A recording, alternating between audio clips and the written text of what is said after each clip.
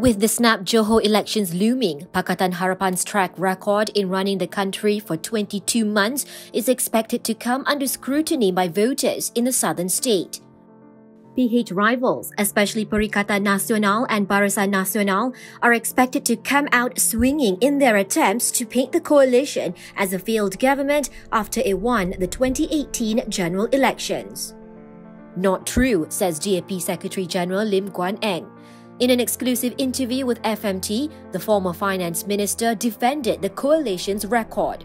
Let's take a look back at the Malacca and Sarawak state elections where PH suffered heavy defeats, actually. And now we're entering the Johor election, but there has been little change in PH since these state elections.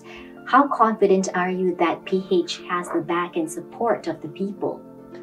There's always that narrative put up by Barisan, that we didn't do anything when we were in power for 22 months. I think that is a false. That is a false narrative, completely untrue and dishonest. And why do I say so? Because there are many significant achievements.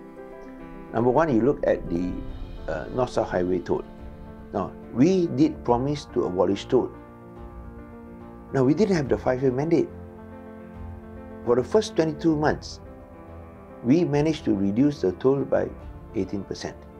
And we fixed the toll for the remaining period. That means they cannot increase the toll rate for the remaining period, for remaining concession period.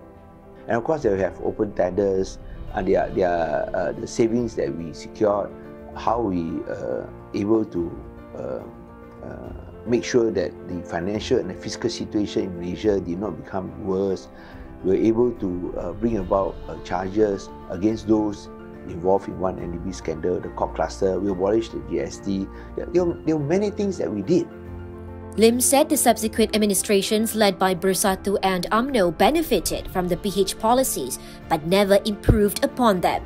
In fact, the opposite happened. Instead, they want to impose tax on income or earnings or profits overseas that are brought back to Malaysia.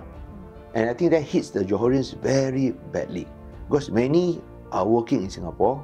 Many companies earn money in Singapore. When they bring back money, they will be taxed. Lim believes the government's decision to exempt individuals from tax until 2026 was likely due to political considerations. So, you want the voters to be forewarned.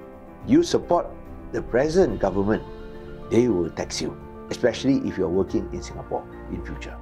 On the Johor state polls and the looming general election, Lim said voters were feeling a sense of futility as elected representatives could jump ship without being punished or penalised.